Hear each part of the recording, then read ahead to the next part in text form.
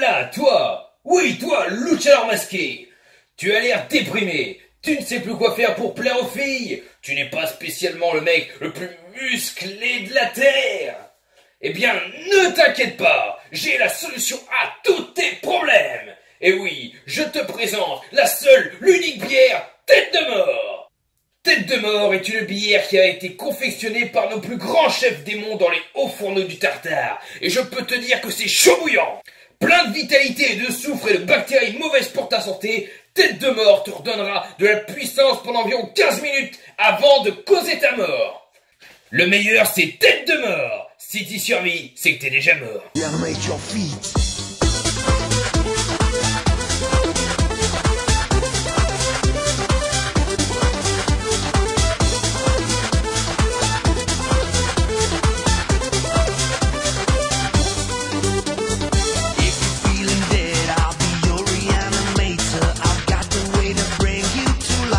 Bonjour à tous et merci à Goldokaché qui nous prouve qu'on peut être loser et classe en même temps.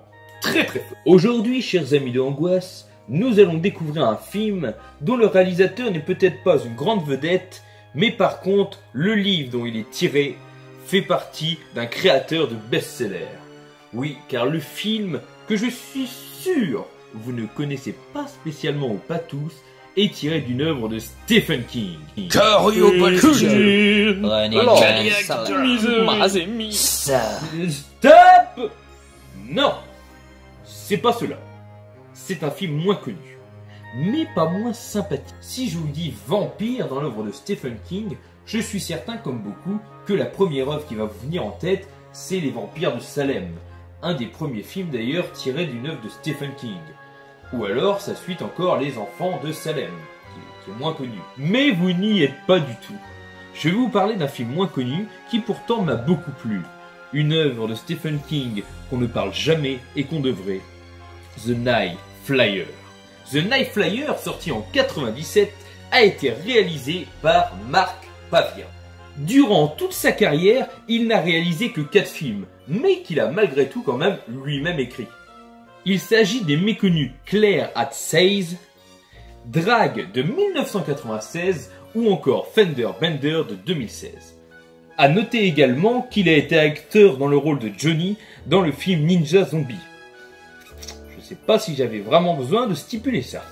Notre film suit donc comme protagoniste principal un journaliste du nom de Richard Dees, incarné par le non moins célèbre Miguel Ferrer. Celui-ci est un brin cynique, ne s'entend pas du tout avec son patron et a une seule phrase qui traduit tout ce qu'il pense. Ne crois jamais ce que tu publies et ne publie jamais ce que tu crois. Ça traduit tout l'état d'esprit de ce personnage. Un beau jour, son rédacteur en chef lui confie une affaire pour le moins étrange. Des meurtres qui auraient été commis sur un aérodrome par un pilote qui se ferait passer pour un vampire. Devant le grotesque de cette situation, Richard Dees ne souhaite pas perdre son temps avec une enquête aussi banale. Néanmoins, après coup, il y trouve un certain intérêt et va s'attirer les foudres d'une jeune femme à qui devait être réservée après coup cette enquête. Il s'agit de Catherine Blair, jouée par Julie Entwistle, qui sera notre second antagoniste principal. Tout au long de notre film, l'histoire va se corser. Richard Dees va se prendre de plus en plus au sein de cette affaire qui au final lui semble plutôt surnaturelle. Il utilisera d'ailleurs des moyens peu orthodoxes comme soudoyer les gens, faire des interviews suite à des pots de vin, voire même profaner une tombe pour faire avancer l'enquête. Le film n'offre peut-être pas beaucoup de scènes gore, même si les cadavres s'amoncellent, mais la dernière partie relève vraiment le niveau, avec un effet de mentalité perturbée, brisée, cassée de notre acteur qui a tellement donné pour cette enquête, qui face à ce monstre se voit un peu décontenancé, ne sachant plus que dire, que réagir, et surtout vis-à-vis de son métier, quoi écrire. Au niveau du casting, Richard Dees est donc incarné par Miguel Ferrer, acteur réputé surtout au niveau de la télévision, notamment pour avoir joué des séries comme NCIS Los Angeles, Twin Peaks ou encore Preuve à l'appui. Au niveau cinéma, il n'est pas non plus en reste. On pourra le voir dans des comédies comme Hot Shot 2 de 93, Mr Magoo avec Leslie Nielsen de 97, des films de super-héros comme Iron Man 3 de 2013, mais son apparition la plus marquante sera évidemment dans le rôle de Bob Morton dans Robocop de 87. Concernant Julie Twizzy, je ne la connais que pour un autre film qui est sorti également la même année que The Night Flyer, à savoir 97, et qui est le film In and Out. Nous pourrons également nous attarder sur le personnage du rédacteur en chef, incarné par l'acteur Dan Monahan. Il est surtout connu pour la saga de films Porky's et également son rôle de Tom Sawyer dans la série télévisée Les Aventures d'Huckleberry Finn. A noter également qu'il a un tout petit rôle en tant que reporter dans le film Les Petits Génies de 1999. The Void reste donc à mes yeux un film que je considère comme un mal-aimé de la filmographie de films inspirés des œuvres de Stephen King. Un film que l'on cite que trop peu souvent et qui pourtant a du potentiel à vendre. C'est sûr, il n'atteindra jamais, de par ses réalisateurs, son casting et ses moyens, des films comme Christine de Carpenter, Shining de Kubrick. Ce genre de film, il ne pourra pas les atteindre. Néanmoins, il ne faut pas l'oublier. Comme ma deuxième critique des oubliés du cinéma d'horreur, Reading the Bullet, certaines petites œuvres mineures de Stephen King peuvent apporter un côté très divertissant et une histoire qui peut sortir de l'ordinaire. Ça reste un film de vampire, mais le placer dans un aérodrome n'est pas une situation commune. De plus, cela m'a personnellement permis de revoir des acteurs comme Miguel Ferrer que je n'avais pas vu depuis longtemps.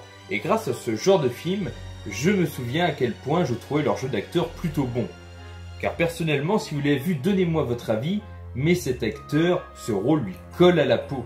Dans le sens où il y est à fond, on joue bien la détresse, le cynisme, je veux dire tout ce qui veut nous faire transparaître, et ben il y arrive parfaitement. Pour finir, je ne saurais donc que trop vous conseiller de laisser une chance à The Night Flyer. Ce ne sera jamais un gros film, certains d'entre vous le trouveront sûrement extrêmement mauvais, mais pourtant il a des scènes sympathiques et une histoire au casting alléchant. Sur ce, c'est la fin de notre épisode des oubliés du cinéma d'horreur. N'hésitez pas à liker, à disliker, à partager si vous voulez faire connaître la chaîne à d'autres gens qui pourraient aimer, et surtout à commenter. J'aime beaucoup partager avec vous, c'est notamment la principale motivation, l'échange, qui fait que je continue ma chaîne YouTube. Allez, je vous dis à une prochaine sur la chaîne des Associés du Diable. Allez, tchuss! Crevez tous.